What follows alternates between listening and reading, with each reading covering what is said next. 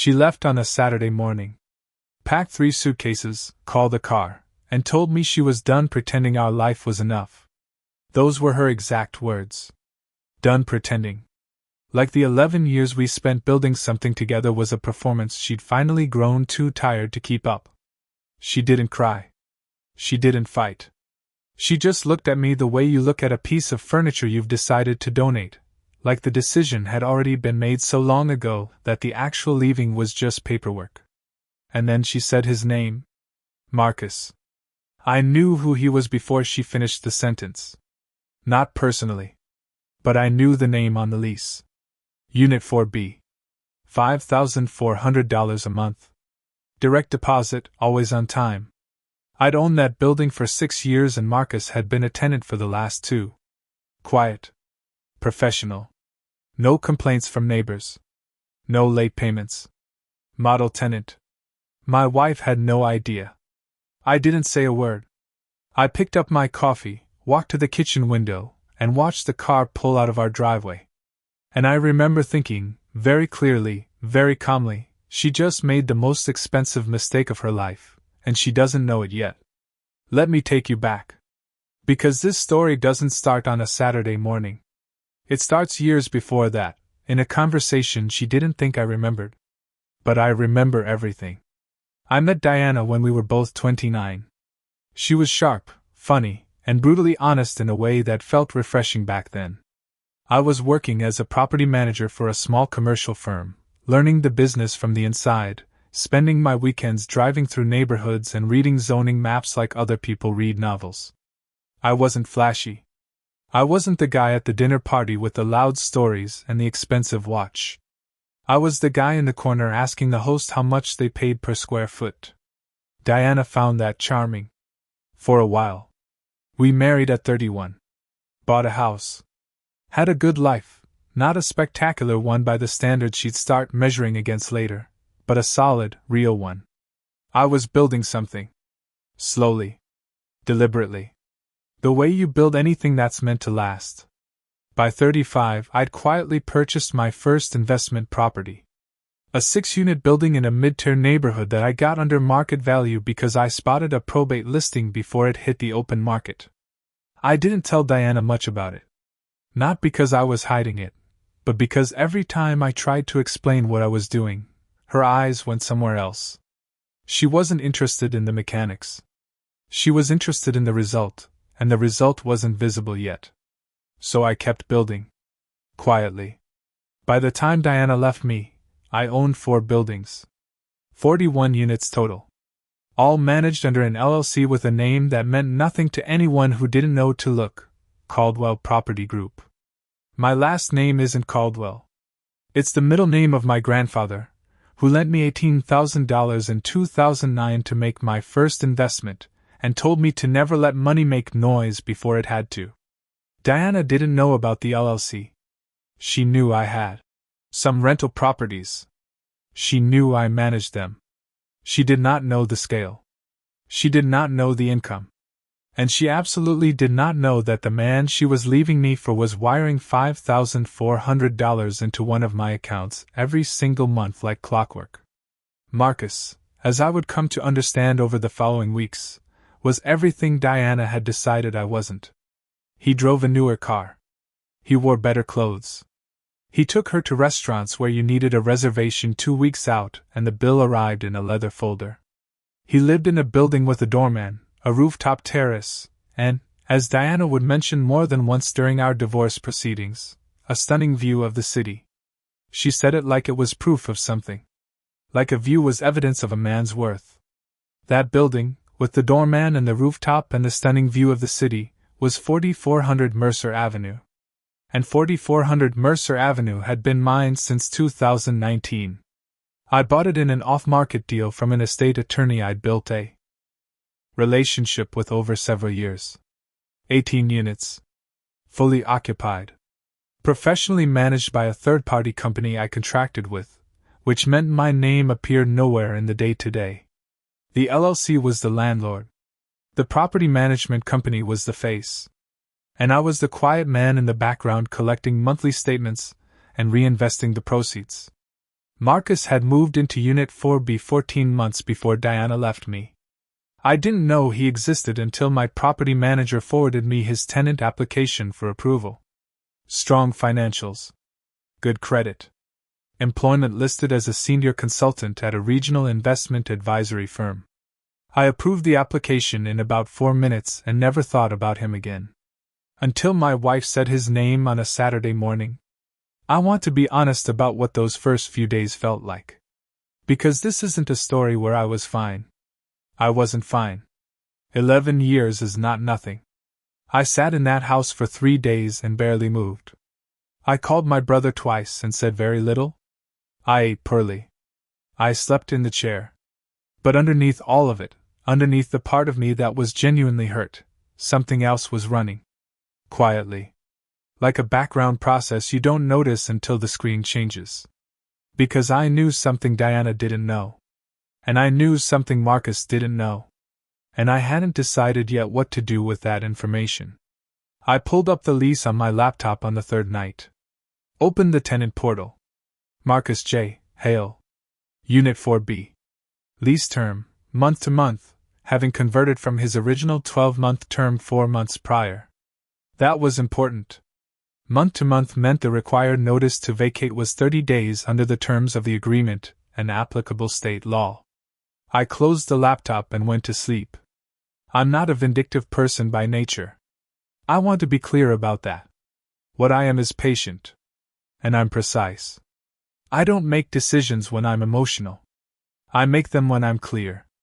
And sitting in that dark house on the third night, I wasn't clear yet. So I waited. The divorce process began about 3 weeks later. Diana hired an attorney, a sharp woman named Priya who came recommended by someone in Diana's social circle.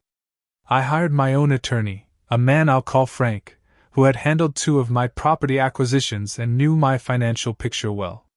The first discovery meeting was where it got interesting.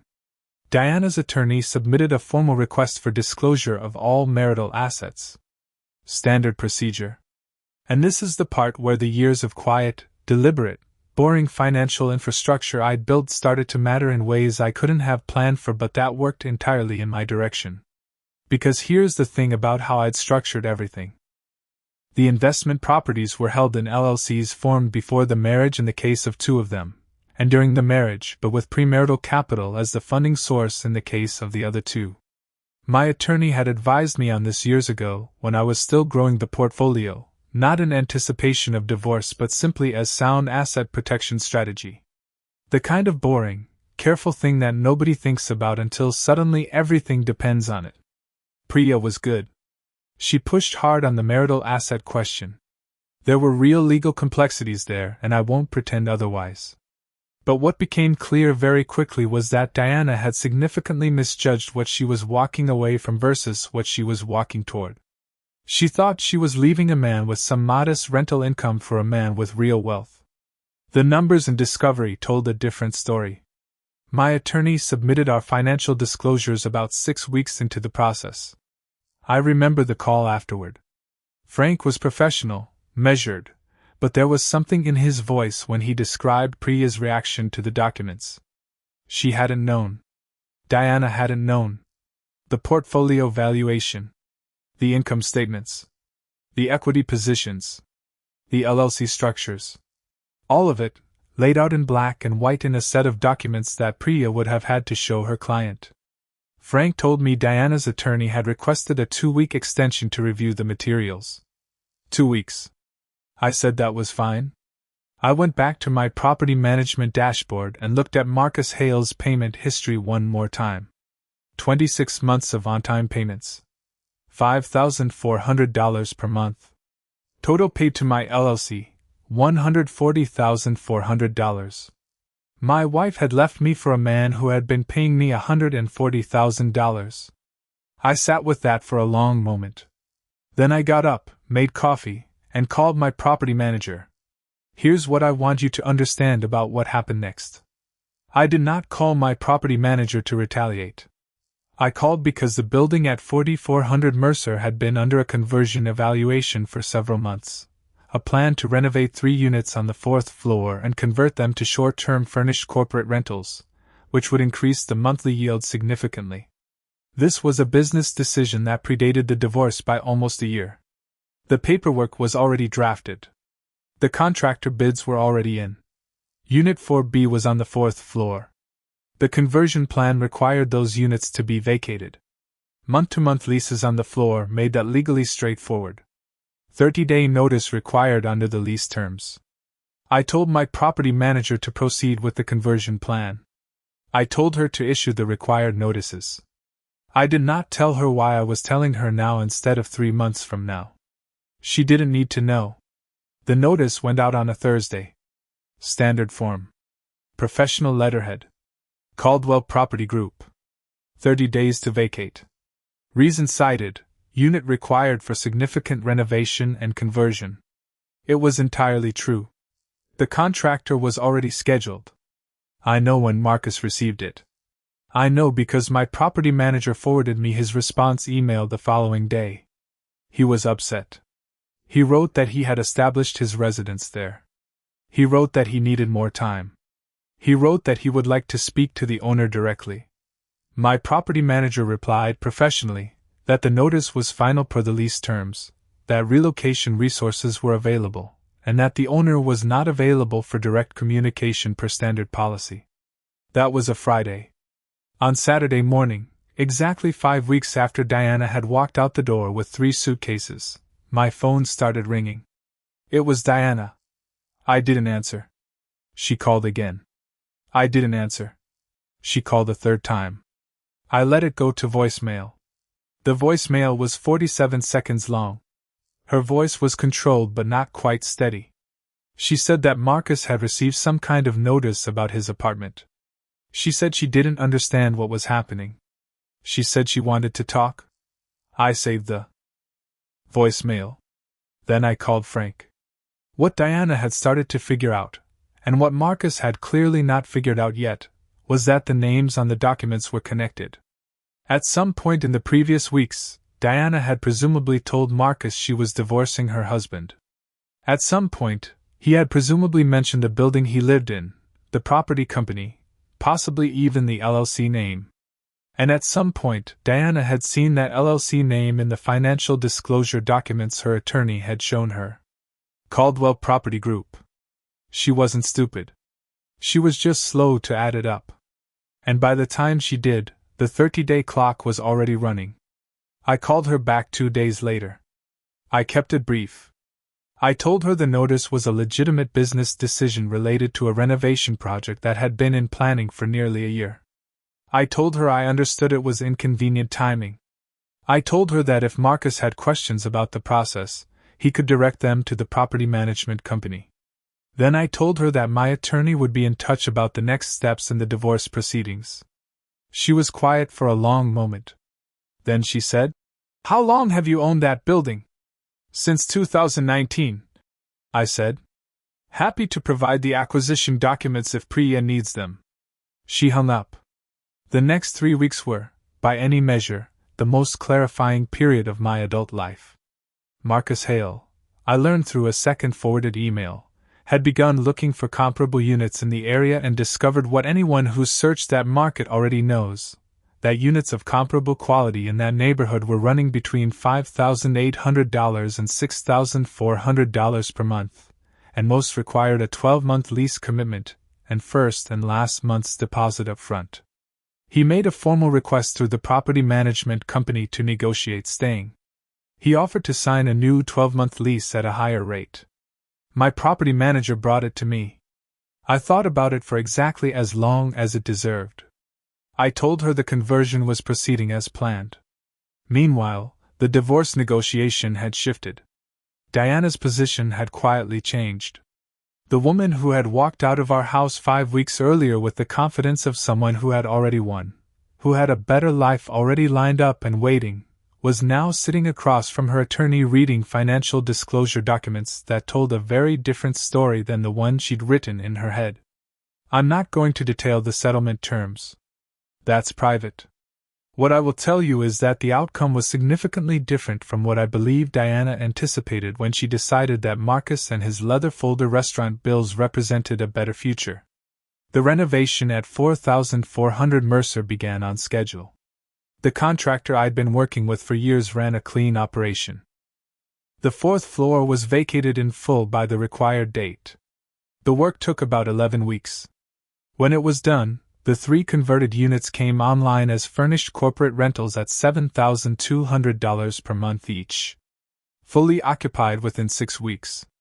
I ran the numbers one afternoon while sitting in an office I'd rented downtown. I'd moved out of the house during the proceedings and gotten a modest place of my own, which suited me fine. The conversion added just over $21,000 per month in gross rental income against a project cost that would recoup in under 2 years. Not bad for a business decision that had been in planning for nearly a year. I want to tell you about the last time I spoke to Diana during the divorce process, because I think it matters. We had a final mediation session. In person. She looked tired in a way I hadn't seen before. Not sad, exactly, more like someone who has been revising a plan repeatedly, and keeps running into the same wall. Marcus, I'd heard through the one mutual friend who still spoke to both of us, had moved into a place that was smaller and further from the city center than what he'd had. The relationship was apparently under strain. At some point during the mediation, in a moment when it was just the two of us briefly in the hallway, she looked at me and said, "You knew the whole time, didn't you?" I thought about the exact right answer. "I knew what I knew," I said. "I didn't know what you were doing." She nodded slowly. "Would you have said something? If I hadn't left?" "I had no reason to." She looked at the floor for a second. "How did you stay so calm?" I didn't answer that. Because the honest answer was complicated and the mediation room was about to open back up and some truths don't have a useful home in a hallway. But I'll tell you the honest answer now.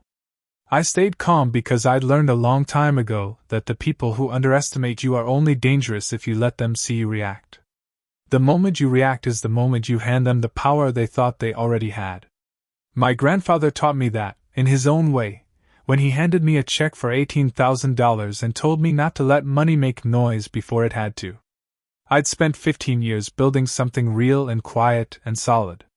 Diana had spent 11 of those years in the same house with me and had never looked closely enough to see it. That wasn't my failure. That was hers. The divorce was finalized 4 months after she left. Marcus and Diana's relationship ended, from what I understand, about 3 months after that. I don't know the details and I don't need them. What I know is that 4400 Mercer Avenue is running at full occupancy. The 4th floor conversion is performing above projection. The other 3 buildings are stable.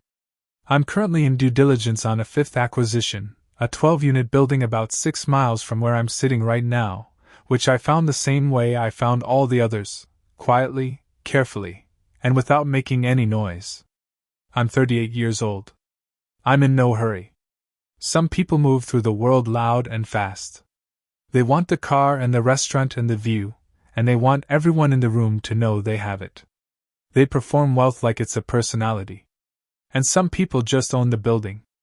I got a message last week from a number I didn't recognize. 1 line. No context. I didn't know. I should have. I read it twice. Then I set the phone down and went back to the acquisition report I'd been reading. There was nothing to say. The lease had already expired.